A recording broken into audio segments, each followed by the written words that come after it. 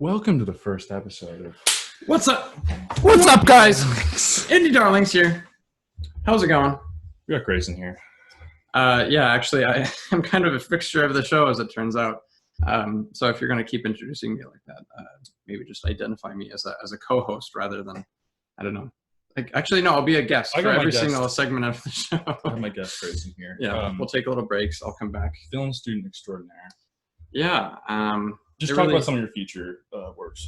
Well, I got a film called Maybe I Don't Actually Suck coming out at some point this summer.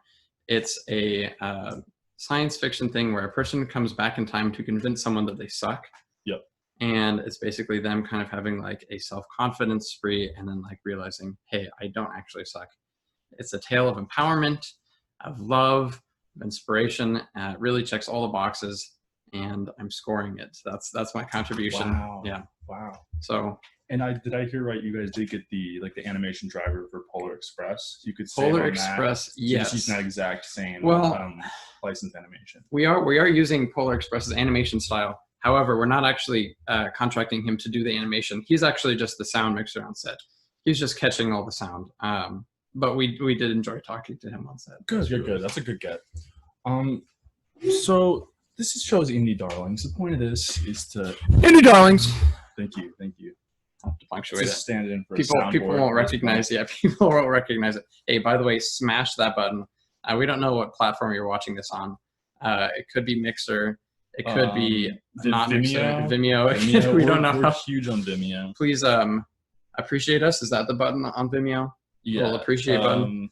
We would appreciate anything Sparkle. you guys could do. Yeah, don't darkle us, guys and girls. We're here to educate you on the indie films that you haven't seen, that essentially no one has seen. We've only barely seen it. We were in the room while it was playing. We did our best. And these are the kind of indie films that once you see them the first time, you actually know probably less about them than someone who hasn't seen them at all, just because of the complexities of the themes and the story and all that stuff. You shouldn't even try to watch this movie because it's just going to go over your head, and you have to be kind of experienced film processors. We're trying to say is we're above you. Just a try hard who researches a lot. Yeah, something like that. So after this, you'll be able to bring up these indie films in casual conversation. Really seem intellectual. It's a valuable skill. Since this is the first one, we should go over the pros and cons of this series, right? So we already covered it. 1, you know more about films and you can brag to people about it. 2, you gotta watch. Can we talk about why I instinctively went to the pinky for 1? Is that normal? No. I could see that after the thumb, but that makes no sense. 2. Well, I guess in that same vein, you get to watch our gorgeous bodies talk for upwards of 30 to 1 hour of minutes. And every time I mispronounce a cast member's name, one button actually goes down. So that's great. So it's a game for you. Yeah, and can you disable skipping on YouTube? Can you make it so you have to watch the whole thing? Yeah, you do. Yeah, so sorry about that, guys, but we wouldn't be able to sell anything if we didn't have that. So that I think we covered our first 4 benefits. Going on to cons. Can you think? Let's just get out of the way. Yeah, it was kind of our show's kind of split down the middle with like pros on this side and cons on this side, so we get kind of an even. That's exactly what I was going to say. Yeah. No. This is a net zero podcast. If we're talking cons, there are none other than the con of not subscribing to our channel. Go smash that like button. We're going to remind you 15 more times until we have a 100% subscriber to watch ratio. So thank you all for coming. And I think subscriber to what? Wow. I mean 100%.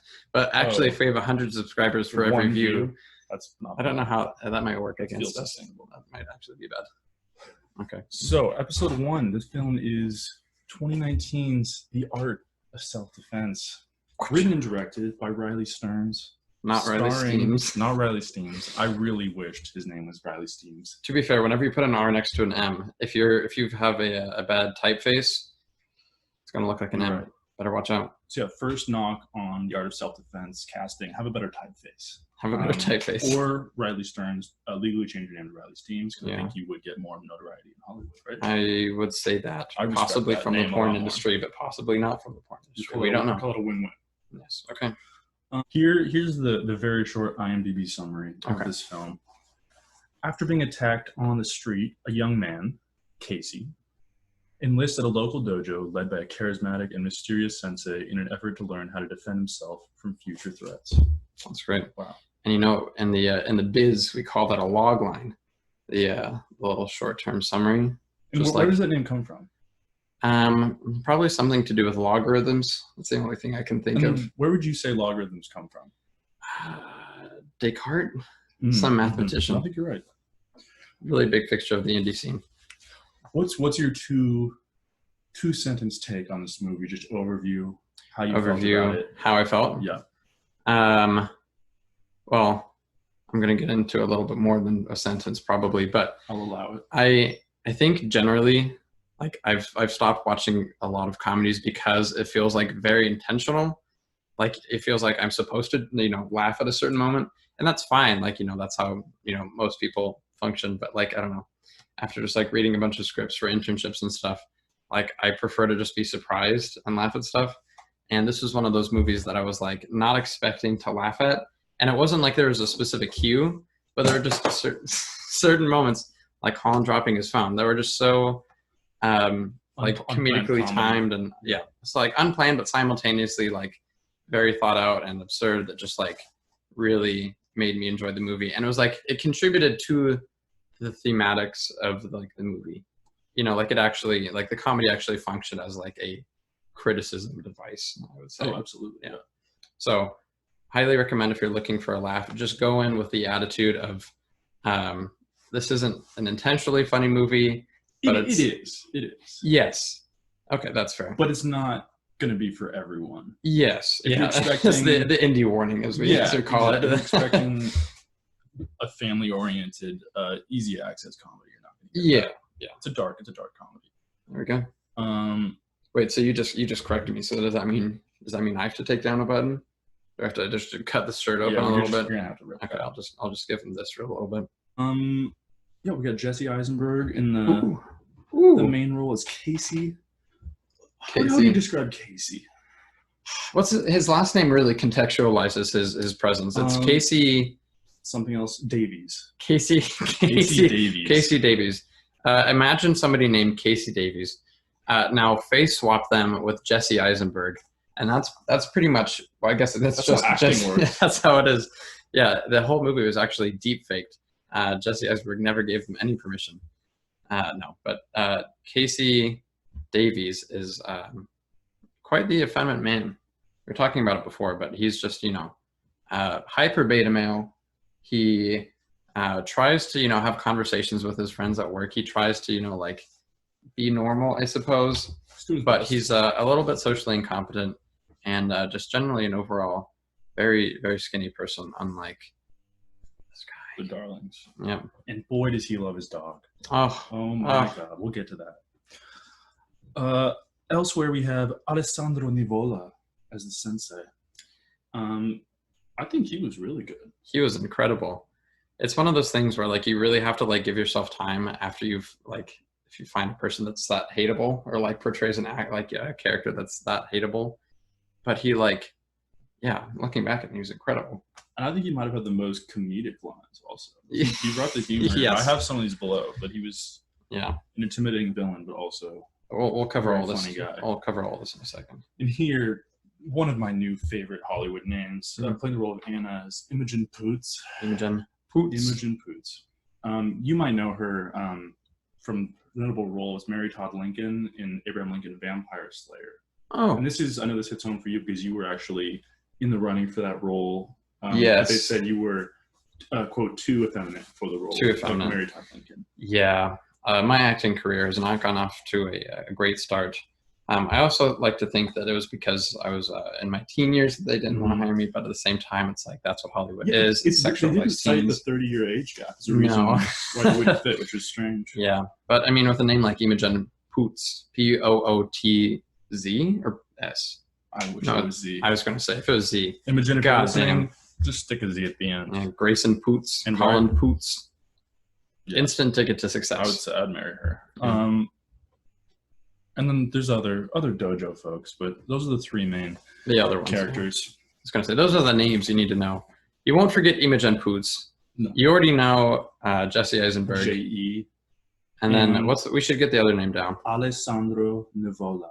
Alessandro Nivola. He's been in a bunch of stuff also. Okay. I couldn't tell you what, but I bunch of stuff. I was scrolling through his IMDb page Yeah. for several dozens of seconds. Incredible. Yeah. So there's our first indie tip. Alessandro Nivola. Been in a lot of stuff. Don't know what, but a lot of stuff. I've listed a couple scenes that I especially liked. Okay. You can comment or add more. This is please. just that I particularly liked. Beginning scene I think is very good. It sets the tone. We see Casey at a diner, and there's two French individuals at a table close by. Oh, and they're yes. kind of making up stories about his life in French. I completely forgot about Yeah. that. Not good portraits of his life. And then we learn immediately after that he's learning French over his car radio, and he knew what they were saying. So you can always tell he's at the bottom of the totem pole. He's struggling. At first, I thought that he was learning it so he could understand them, but then I realized that he was probably able to catch at least a bit of things that are saying about him. I'm trying to remember exactly. Just generally bad things. Oh, yeah, I did read it somewhere what it was. It wasn't nice. It was very unkind. You know those French slang terms. Never kind to the individual. Very shameful. Mm-hmm. Another one. The first experience of Casey walking into the dojo, and he watches Anna put a child in a sleeper hold, and they pass out. I really much enjoyed that. Oh my god. Yeah, I was expecting it to be a lot more just silly after that, and then it became adults on adults. Yeah. And this is a little bit of a spoiler for later, but that scene references one of the rules, the dojo rules, of which there are 11. Yes. I'll just tell you now, this is rule number 8. We're going to see how many you know. Okay. At some point. Did not go over that. Did not quiz myself on the 10 Commandments of the dojo. You're going to look so bad. Your career's over. I can get the 11th, but... First time at night class, which is, I think, when the movie takes a dark turn. Yes, but it's also when, like, I got really excited about the movie. Yeah. Like, the weirdness ratchets up. Magical realism almost, levels of absurdity. We see Sensei breaking Thomas's arm because he arrived in night class without an invitation. And that was pretty brutal. Oh yeah, Thomas is the old man. Mm-hmm. Okay, yeah. Forgot about Played Thomas. by Steve Terada. Steve Terada. Okay, I feel like that's another name to look out for. He was good. He was effective. Yeah, he was good. Not an especially active role, but still a good job. Right. And then directly following that, we get the naked stretching scenes, which is really... That got me really excited. I had to pull you down from standing ovation. We were just watching it at home. We were just, and my parents were in the other room watching another movie, so my clapping was devastating to their listening experience. But I was really excited at that moment. I was like, oh, it's just going to be like a weird, like, gay sex cult. Turned out to be simultaneously more and less than that. Yeah. But yeah, kind of sad that the gay, well, I guess there was a lot of gay undertones throughout the whole movie. I can't really complain about that. There was like a paradox of homoeroticism, but also like ultra masculinity. Yeah, it's like you're so masculine that like you can't actually date women. You know, it's just like it's a horseshoe. Yeah, that's right. The horseshoe. You taught me that the same night, I think. Yeah. So I enjoyed that a lot. Another really good one. After the sensei starts kind of getting into Casey's head about how he should act, how he should prove masculinity, he goes back to work after 2 months hiatus. His boss is trying to be nice, telling him to just get going on his reports. There's a whole stack of his desk. Literally the one good person in the whole movie. Yeah, really nice guy. And really Casey punches him in the throat. Yeah. Great scene. I don't think you could ever get away with punching your boss in the throat. But also... He was fired shortly after. Yeah. But, sorry, we're having some lighting issues. Nothing happened.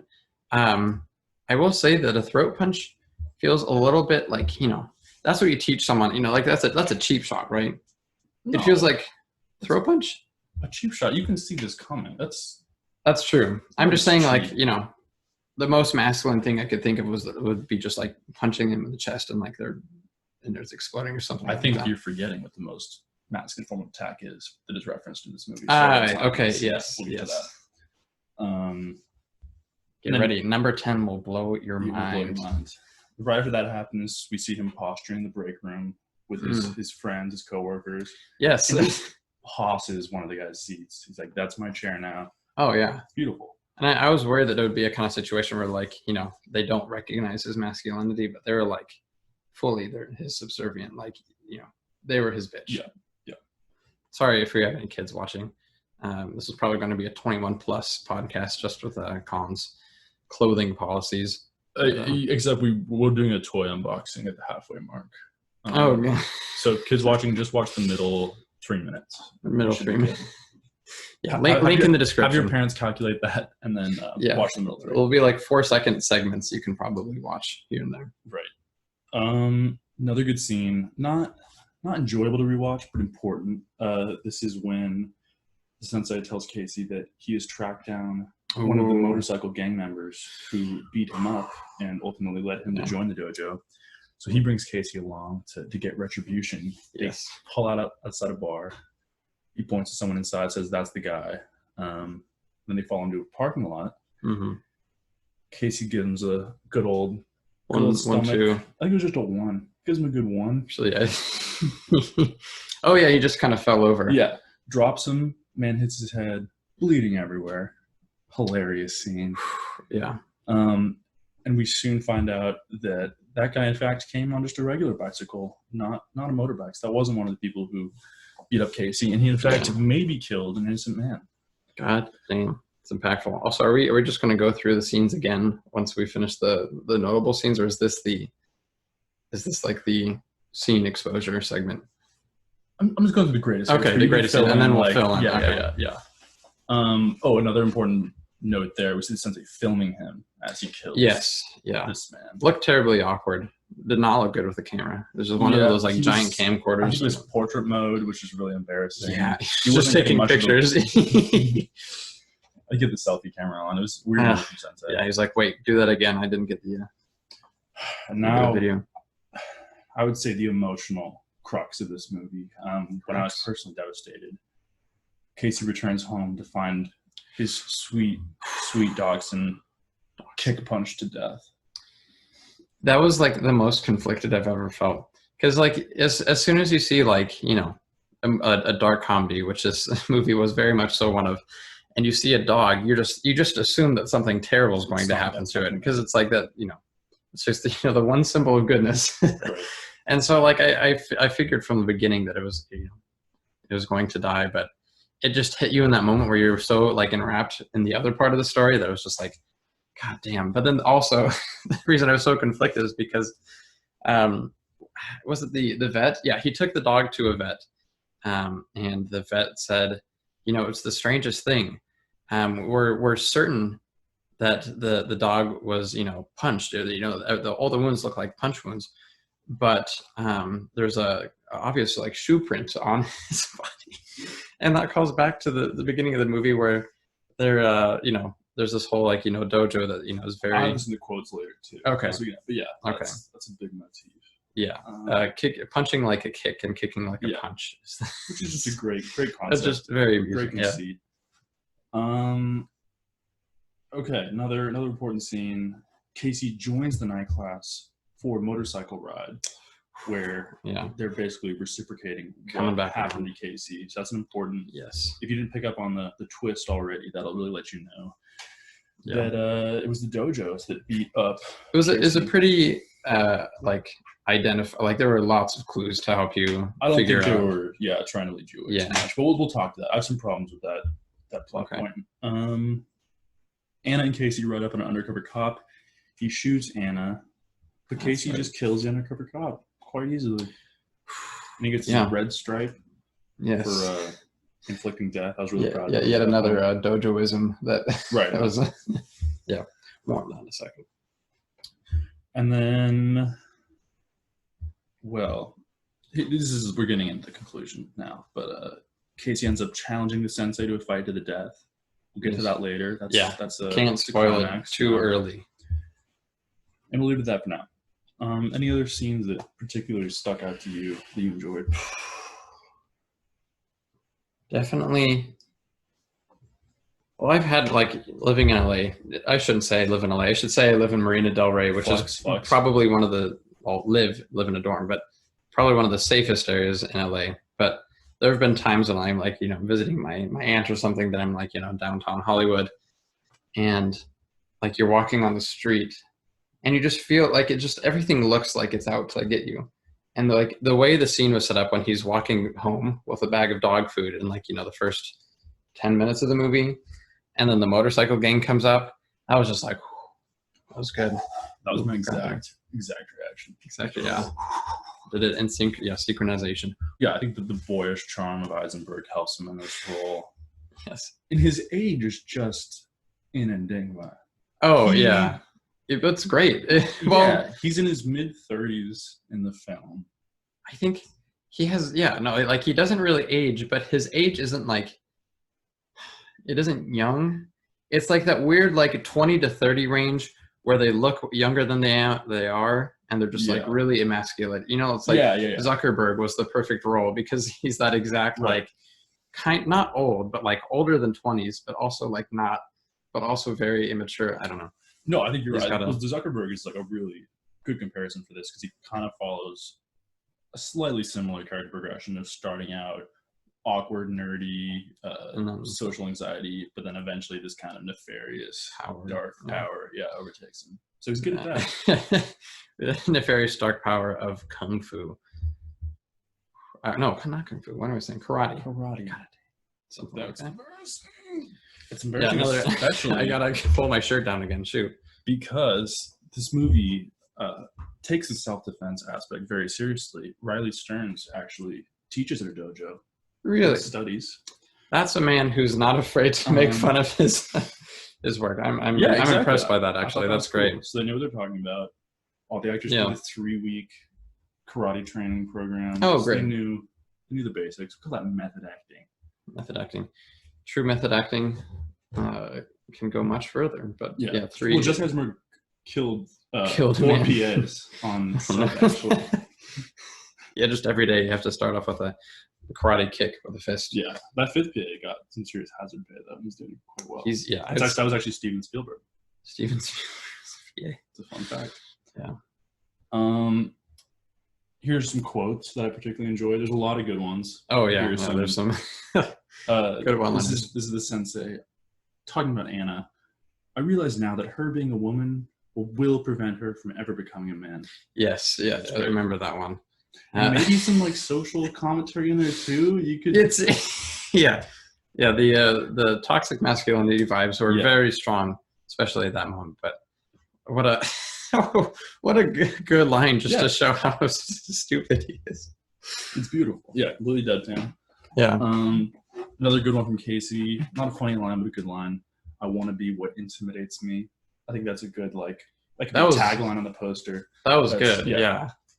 Well, because it's also like it's a I won't say relatable because I don't necessarily want to be something that intimidates me, but I feel like that's like a motivating force for like a lot of self-defense kind of people, and also just, I don't know. And for me, that would mean like I want to be like a teenage girl.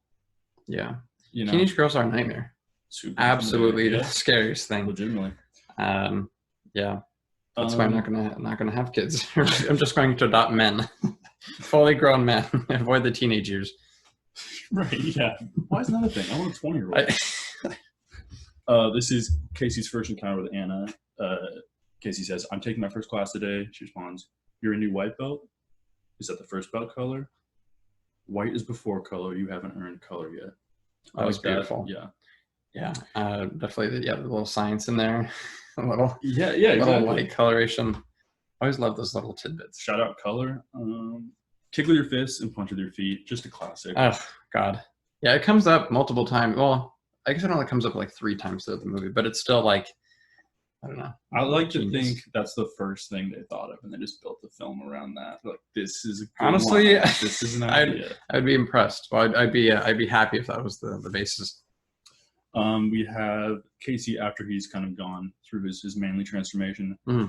Goes to a coffee shop. An employee asks, "The usual chocolate croissant and orange juice?" Okay, just responds, "No, I've got a new usual: coffee, hot, black, with nothing to eat." Damn. Ooh, damn.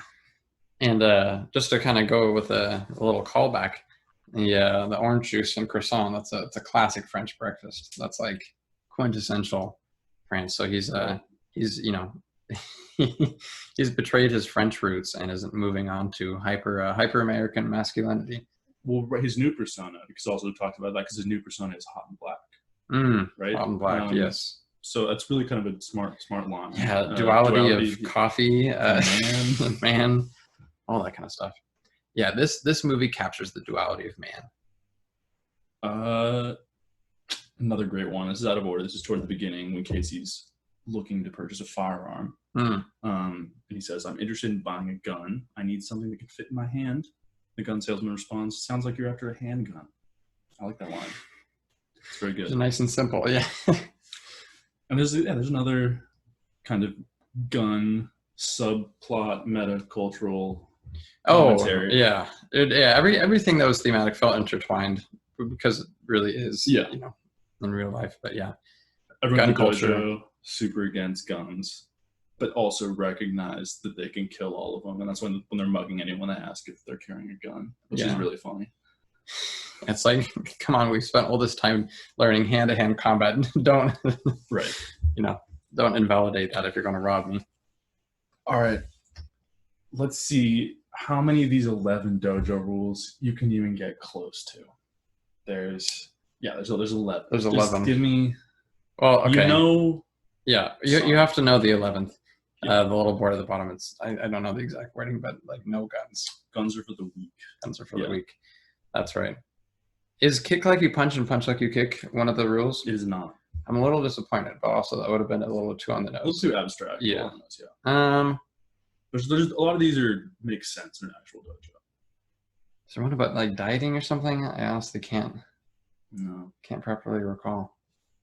This is devastatingly disappointing. Give me the first one that might jog. No shoes on the mat. No shoes. Oh, okay. Yeah, that is actually something that figures into the movie. Yeah, nothing else. There's a scene when Casey comes back after finding his dog dead, where he intentionally breaks every rule on the mat. That's right. Oh yeah, no food. No food. That's right. Drinks. Is it like disrespecting the sensei or like something to that effect? Like there's bow when stepping on and off the mat, which is kind of part of that. Oh, okay. Yeah, okay, that's good. You reminded me of that scene because that's literally he does break every single rule. Always bring your belts. Wash your gi. Wash your gi. Respect your opponent. I guess he kind of disrespected her. Or hear it snap. Followed by tap or take a nap. Which is great. That's what happened early in the film with the child. Yes. They chose nap. Also almost, not a nap, almost the permanent nap. That's right. 9, stay hydrated. 10, if it works, use it. Which is in direct contrast to rule number 11, which is bring the gun, or don't bring guns into the dojo. You're right, that is funny. And it's also kind of amoral. That's that could have a kind of dark meaning behind it also. Yeah. I gotta say, like there's so much genius in like, the little like set dressing thing people do. And like, putting the rules, stay hydrated, and if it works, use it next to each other. Just like the sequence they put the rules in, it bounces back between the, absurdity of the movie and like the actual rules that you might find in a dojo, which is very fun. And I'm sorry, I've just realized I will be losing a button because I made a terrible mistake in terms of casting. I said earlier that Imogen Poots played Mary Todd Lincoln. We had a whole discussion around it. In actuality, it was writer-director Riley Stearns' ex-wife, Mary Elizabeth Winstead, who played. Really? She's a very well-known actress. Yeah. She was originally cast in this movie, and they broke up while it was in pre-production. Oh, and now he's dating, or is he married to Imogen Poots? Oh, are they? I thought I read that they were. I honestly don't know. That's something for you guys to look up. Plus, we can't do all the work. Hey, we can't smash that comment button and tell us we're wrong. If we get 15,000 comments on this video, we will make a second podcast episode. But if any of your comments are at all critical, we will delete them. Yeah, we're very sensitive. If the term indie darlings didn't tell you that, I don't know. We're indie tough guys. Yeah, we're machos. Yeah, we're not we're very fragile. We're indie Jesse Eisenbergs, I would say. Yeah. Okay. This, you talked about this while we were watching it. Mhm. I kind of forgot about it until I was researching more. But it looks, one thing that's cool about it is it looks so makeable. Like the movie, Oh, yeah. the scope of the movie is very small. The cast is small. There's Yeah. there's no effects. There's no crazy shots, really. Yeah, there's like, you know, they have to go out and prove that they can, you know, they have the budget to like, you know, go to a bar and like, you know, film the scene where like, you know, he's breaking the innocent guy's like, you know, arm. But yeah, for the most part, it was like really self-contained. Dojo, apartment, workplace, bar, parking garage. Yeah. Night streets. Probably 95% of the Yeah. film in like 6 locations. If not all. You're Yeah. right. If you had to guess, where do you think this movie was filmed? You will never get this. Well, I did happen upon this fact when I was trying to look up a short synopsis just to jog my memory. Is it Kansas? No, close. Is it not? No. I could have sworn I saw that principal photography took place in Kansas. Louisville, Kentucky. Oh, Kentucky. Yeah. That's what it was. Mixed up the K-states. This movie was shot in 21 days. That's incredible. Okay, That's insane. That's very impressive. Yeah, I That's- think. Yeah, the average is like between a month and 2 months, usually on the 2 month side. Yeah. That's absurd. Why it makes sense because they have, you know, the dojo scenes could probably all be done in, I don't know, a week or 2. But I think that's like pretty inspiring though, because that's oh yeah, that makes it seem very tangible and doable that you could make a movie. yeah. I feel like, I mean, it makes sense from like, you know, if you're making a college film or something like that, you're always trying to convince people that you have a bigger budget than you do and that you have more time than you do because everyone's working on weekends. So it's nice that like a mainstream movie can do that and like kind of act as like a reference, I guess. Oh, this isn't a mainstream movie, Grayson. This isn't mainstream, darlings. How about mainstream indie? I'd say this is right in mainstream indie territory. It made just over $2 million. That's like Is that mainstream perfect indie? Okay. indie amount of cash. Yeah. No, but it's it reminds me of like the idea of like I'm forgetting what they're called, but in like sitcom writing, there's like what is it called? It's like where you have an episode just like self-contained and like Bottle one episode? bottle episode. Yeah. Yeah. It's like a bottle episode, but a movie. And if you can do that, then it's like, you know, you convince people that you It's have a genius, budget yeah. and you can have good actors, and then it takes 21 days to film. Yeah, and I think there's also something to be said for having creative limitations helps sometimes to like focus what you're doing. Oh, So absolutely, it's kind of yeah. nice to be able to say, we only have this place to film. How are we going to make this work? There's a really good movie. It has such a generic title, which I was really sad about. It's like The House or like something like that, and it takes place Monster House. not quite that one, no. But it takes place entirely within a house, and it's like a psychological thriller, and so it like perfectly captures like, you know, it's like super claustrophobic, but like, you know, it's possible and like beneficial at times to like just, you know, condense it all into one spot. Do you, and save the money. Have you seen the movie Lock? No. That's just Tom Hardy in a car for 2 hours. It's really good. Is he locked out? Is he locked into the No, car? his name's Lock. Oh, okay. I'm a little. It's really good. Tom Hardy's amazing in that movie. Respect for Tom Hardy. Have you seen Buried? No. Is that I think Ryan Reynolds is just buried for 2 hours. Wow. So there's ways to do it. Yeah. Maybe there's too many of these movies now. Maybe. Yeah.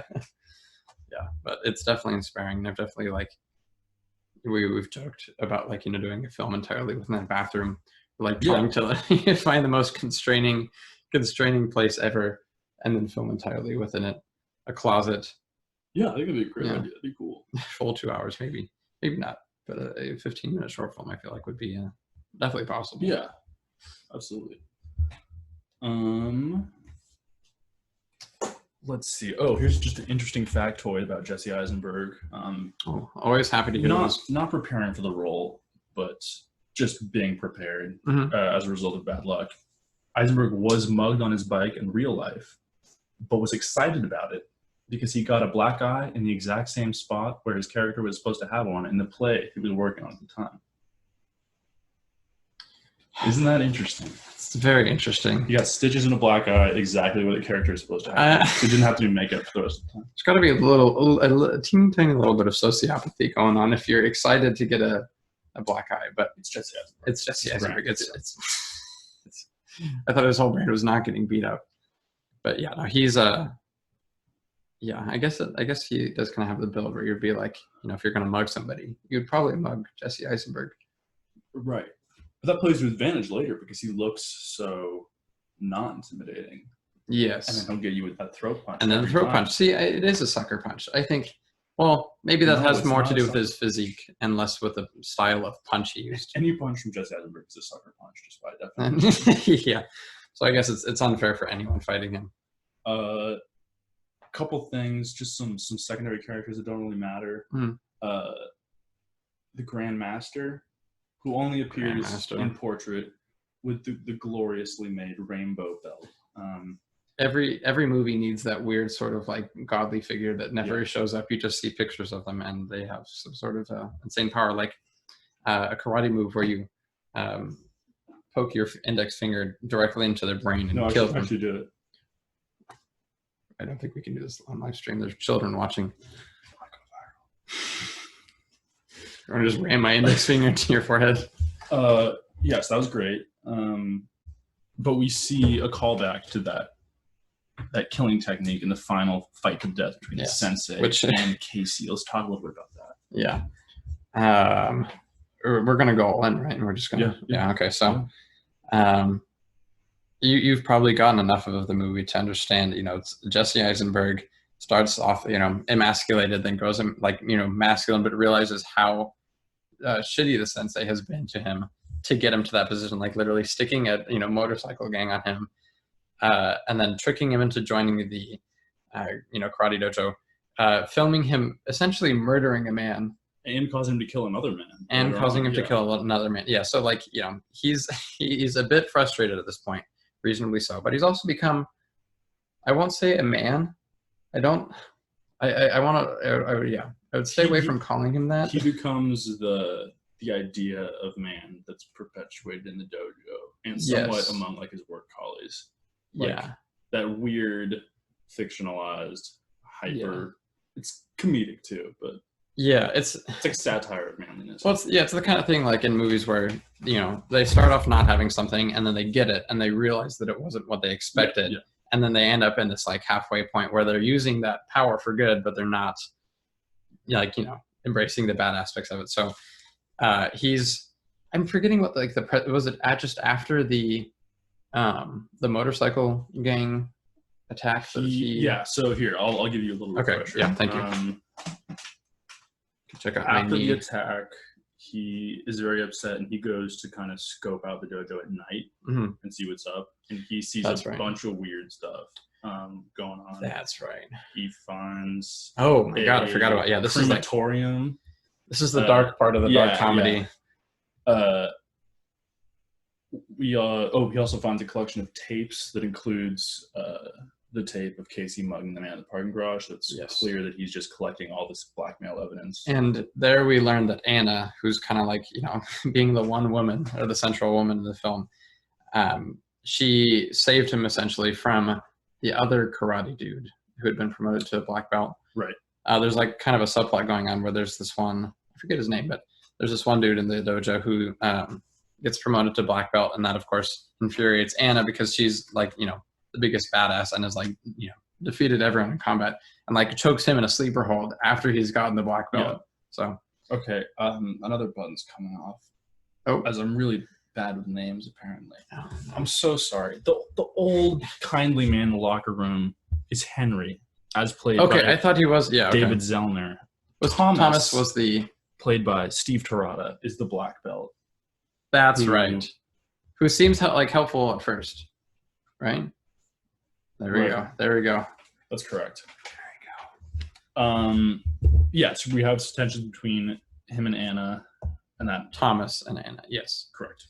And also Henry. Henry also feels like he deserves a black belt, and presses the issue. Yeah, and when we see right after we see Casey going through the dojo and finding everything, we see the sensei come back in the morning, and Henry has hung himself in the dojo. Yes. Yeah, that was like the final moment of like, okay, the fun has run its course and now it's time to like fix the dark part of the dark part of the movie. Really? I thought sounds like you redeemed after that. I thought you might get a little twist. But so I think we've properly laid out the precedent for poor Casey having to fight the sensei. And this is like the point where there's a a small subplot at the beginning where he tries to purchase the gun, and that really plays no part of the movie. Like after he tries and doesn't purchase the gun, like there's talk about guns, but he never like it's never clear that he owns one. And so the there's this final fight. You're really excited for this, like I was expecting like a surreal karate off, with like the flying kicks and all that kind of stuff. So you see the sensei and Jesse Eisenberg like step up to the mat, and you're like, tension palpable. And then just like it was a literal sucker punch just with a bullet, where like Jesse Eisenberg, before you can like realize what's happening, just pulls out a gun and just like shoots him in the head.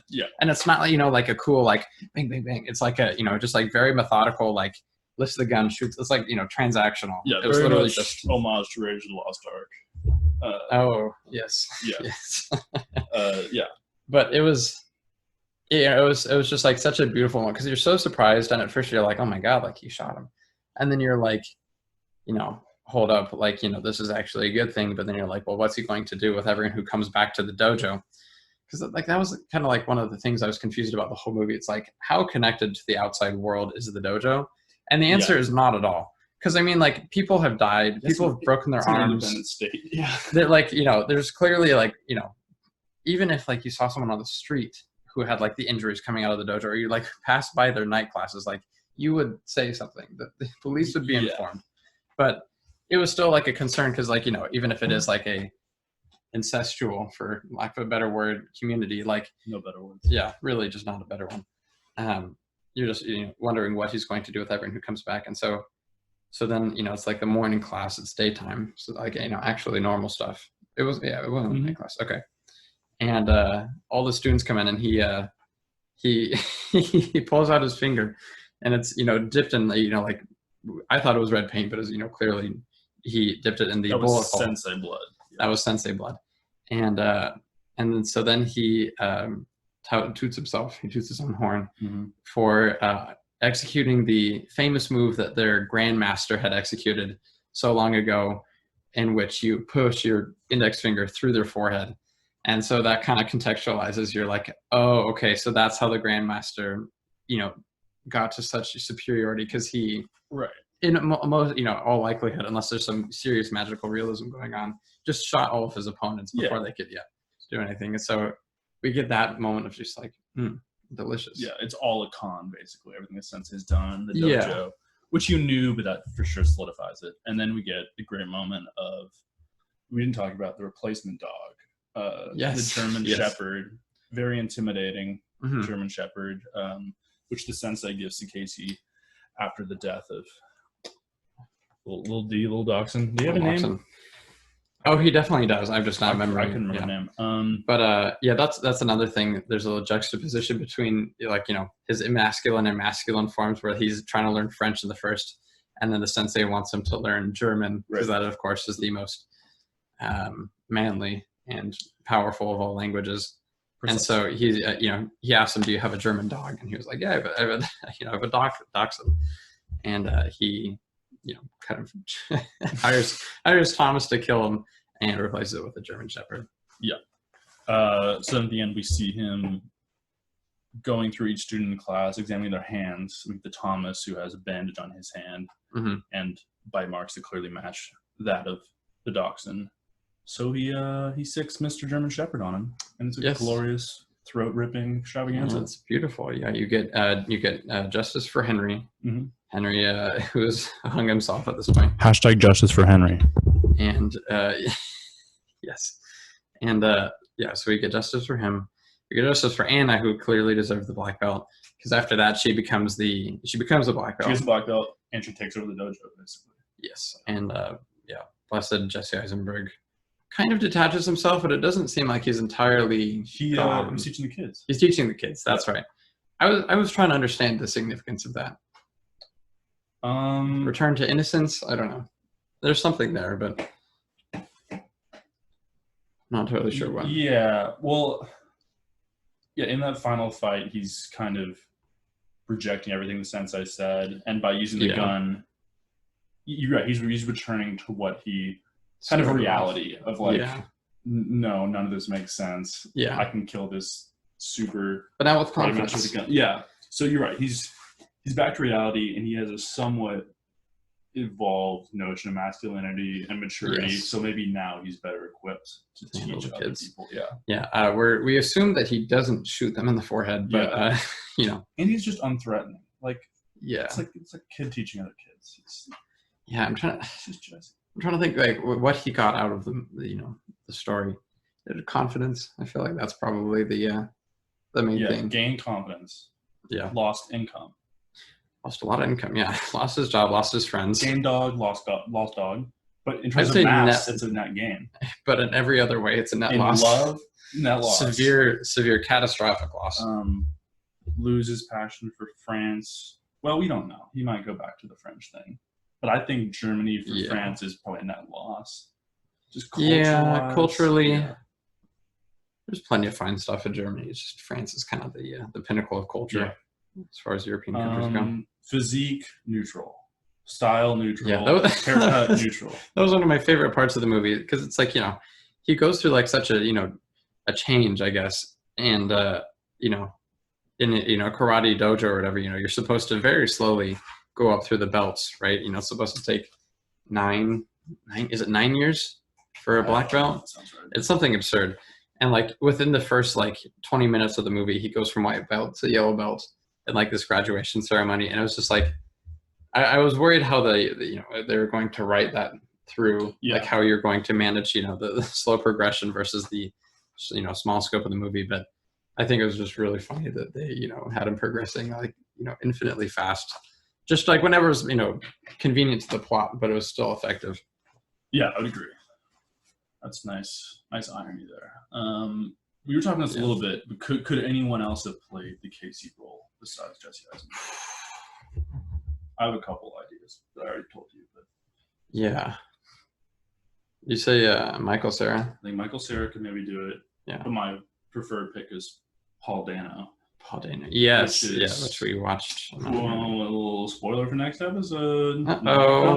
Paul Dano feature. A little indie movie called There Will Be Blood. Oh, yes. Very small budget. Yeah. No, okay. Yeah. Paul Dano definitely could have. I feel like the problem with Michael Cera is just the baggage he comes with as far as what he's acted in. Well, literally, because he travels so heavily. Yeah. Yes. He, as an actor, is known for his extraordinary traveling. Yeah. 2 trailers every Sunday. Yeah. Get a single hotel for him, nothing less. But I don't think he would work as well. Paul Dano, I feel like would totally be fine. Finn Wolfhard, I feel like. What about it would be a very convincing 13-year-old. Dane DeHaan. Who? Dane DeHaan. He's the kid. He's like sunken eyes. He's in Valerian and the. Oh yeah. He kind of has that ghouly white kid look. Yeah, concerningly pale in that movie. Yeah, there's some serious makeup going on. But I feel like Jesse Eisenberg was the perfect crossroads because he was simultaneously not the overly comedic actor, but he was also it's hard to take him too seriously, both Paul Dano and was it Dane DeHaan? Yeah. I feel like both of them would just be a little bit too I don't know, serious for the movie and all of its playful tone and whatnot. I could definitely see that. Sensei, I was thinking about. I think he does a great job. Oh yeah, no complaints there. But the person I originally thought it was just from the poster was Michael Fassbender. The more I thought about it, he'd actually be good in that movie also. But that'd be kind of big on the budget. I think there's a fair amount of actors who can do it. Yeah, I feel like it's definitely a flex role. You get some fun stuff going on, but I feel like it is pretty accessible. It's also the perfect age range. It's the slightly on the older side, but still that DILF looking and kind of clinging to it also.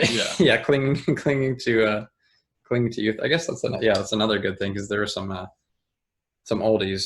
Henry was quite old. I kind of respect the old guys in the dojo just putting in work for their belts. Yeah, and gotta respect it, and then never getting the black belt. Right. I mean, I can't tell you how many times I've grown old in the dojo without progressing and then hanging myself in the. How many times? Story of my life. Weekly experience. any problems in this movie, any constructive criticism, or just me, or just active things that don't even make sense. Sometimes it's really hard when you're like writing coverage for a movie you don't want, or like a script you don't want to read, because it's like, you're working 8 hours a day in like, a small office, and you're like, you just want to find things that you hate. But it's definitely easier watching a movie. I kind of already voiced the thing about like the progression of the yellow belt to, that felt more convenient than creative, but it was also creative enough to get by. I'd agree with that. Past that,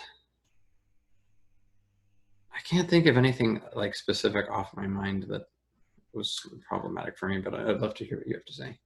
Yeah, well, it's always tough in kind of like comedic, semi-absurdist films to say what's an uneasy plot point versus just what's a quirky thing they're trying to do that's not supposed to be super believable. Yeah. But one thing that didn't function super well for me, which is kind of the whole plot hinges on it, is just the idea that they're mugging people for the express purpose that they happen to walk by the dojo and want to prove their mask. Like that's a lot. That is a stretch. Yeah, it's not really addressed much either. It's like the whole like the exciting points are that they are mugging people and then they're trapping them in this weird incestuous dojo. Yeah, but okay, that's definitely fair because I didn't really think about that. I think you're much. Getting like a 10%. Catch at most. They're mugging a lot of dudes. That's how they get the money, right? Yeah, that's true. But that makes sense. Yeah, there's something. There's like a general like disdain for like absurdist comedy, I think, in like a lot of Hollywood because it feels like a cop out, right? Because like at any moment you can just like have a meteor hit like your character, and if it matches the thematic values of the of the film, then like your audience will find it funny and find it justifiable. But at the same time, it's like, to get to the point where something can be acceptably absurd, like there's a lot of ramp up in this movie. Like you don't get the night class scene until like 40 minutes in or something like that. And I think that's like a testament to like, the skill that you have to put behind like an absurd movie, because there is like you have to get to the moment where you can just have people mugging each other to get them to walk by a dojo to join it. Right. You're right. It starts out very grounded, and it kind of reminds me of like the Yorgos Lanthimos style. The Lobster kind of starts that way too, where you don't get the full on craziness until about like halfway through. Yeah, as all good indie movies are, they just don't explain things. that's the secret. The secret. This movie would be likely worse if they tried to explain the intricacies of how that system works. Yeah, if there's a Star Wars painting text to the bottom. Yeah. The dojo is a place of toxic masculinity. No one shoots each other. Yeah, that wouldn't be good. So that's not even a real nitpick, because you could do that to just about any movie. In terms of like the chances of that conceit working at the dojo, luring people in. It's one of those things where it's like literally just a problem they went through, and it's like the best solution they could have found. Like I don't doubt they put it in, or that they did their best on that. But past that, I didn't really have anything before, but I still don't have anything. Yeah, I had a conversation with somebody about gaffing for porn, and it's just like if you can't tell anyone that, like. Oh, I would tell everybody. Yeah, I guess I was thinking of parents and significant others, but here's what you don't say porn explicitly, but you do say adult. The title. No, you say the title of the videos as they are. You don't specify, and just see how quickly they can. Gotcha. Yeah. Hollywood's getting experimental. It's an indie film. Yeah. Yeah. Actually, there's more similarities between indie films and porn than mainstream movies. Surprisingly. You're right. Yeah. But I figure we should clarify. But this isn't Porn Darlings. This isn't Porn Darlings. Yeah, that's our competitor. Sundays at 9:30. It's a competitor that we also make. Yeah. But I kind of forgot. I guess gaffing is a little bit of a obscure term, but it's goes to film school. Go to film school. Yeah. I pay thousands of dollars so I can know what the word gaffing means. It's just the people who do lighting on set. Which is like, if you find someone who does a good job lighting, it's weird how much, we should really show them the setup we got, but it's weird how much it makes a difference. And I'm sure. I got to go to this one guy's house whose he just has a bunch of like natural lighting sources where like, he has like antique lamps that can give it like a nice warm feel, but then also like Christmas lights that'll just hang from wherever the hell he wants. But it's it's everything. It's very cool. And I was actually tempted to get into it for a second just because it's like, if you get good lighting, your room looks sick. You look sick when you're on camera. I mean, look at us. Look at these white faces. God damn. Hey, I'm getting some shades darker. Some shades trying. You're very tan. Yeah. Thank you. Gas me up. We're kind of covering both bases. We got the hyper tan and the hyper not tan. Duality of man. Bring it back. Duality of tan. That's a joke. What's This is the part of the podcast where it just degenerates into. What's the hashtag? Justice for Henry. Yeah, guys. Justice for Henry. Justice for Henry. Would you, on a scale of white to black belt, how would you rate this film? Without knowing how the belts progress. I would rate it a YouTube comment that says, for about 2 years now, I've had depression, and this is the first movie I've watched that actually made a difference. Thank you, Mr. Steams, for curing my depression. And yeah, if I had to give it a color rating, I would say, God, it's one of those movies I want to just give it a black belt out of 10 because there's nothing specific that I hate about it, but it's also not the best movie. Like everything was just done very well. This is like peak, and it was like right here. But like I have no complaints. So it's like I guess one below black. So is that blue? Brown. Yeah. I'm going light brown belt. It just barely gets into. It's like a muddled brown. Okay. So not the other colors too. The other one, yeah, somewhere between white and. Yeah, I black. think. I guess every color is between white and black though. Oh well. I hate comparing films across different genres because you have to treat them all. It's the favorite movie dilemma, yeah. With the metric of what they were going for. And I think this movie was successful in the tone it went for. But yeah, I don't think this will stick with me in 10 years necessarily. It was the most groundbreaking film. But it was solid. But if somebody brings it up, I'll happily have a conversation about it. Absolutely. Yeah. I'd rewatch it. Recommend to our viewers. Yeah. So this got somehow the mic is always pointing towards me a little bit. Colin's getting edited out already. But I'd recommend it. It's like I have to do this every time I recommend a film to my parents. Is just be like, it's really boring, but it's great. Just because it's like, even if it's moderately entertaining or like has a moderate amount of action, just like prepare yourself for something that's not mainstream. It's not going to be like definitely not an Avengers type movie, but like not even like a comedy movie or like a traditional dark comedy. It's just very exactly that's the nature of indie movies, and that's what we're talking about. It's not trying to be that. It's because it's indie, it's avoiding those kind of Hollywood cliches. Much like us, we've avoided every cliche possible, including smashing the like button.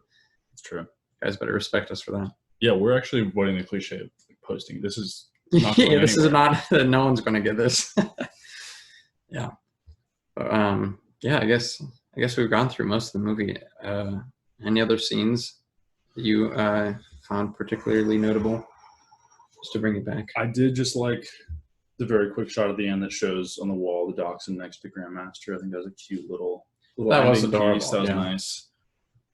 I actually liked all the scenes with just him and the dog in the apartment where he like refuses to pet him. And, there's kind of their banter. Yeah, even more like transactional interactions with your dog. Like I can't pet you; it's for my own good. Like, like exactly how you'd imagine Jesse Eisenberg saying those lines. Right. Like, those were good. I enjoyed those. But we do firmly want to say that we give this a brown out of 10. Brown out of 10. I guess it's good. Everyone has their unique rating system, right? So we just adapt it to... Sounds pretty bad, though. Brown out of 10 doesn't sound like a great film. Well, also, it's just so brutally inconsistent. Because every movie is just going to be a little different. That's just every rating.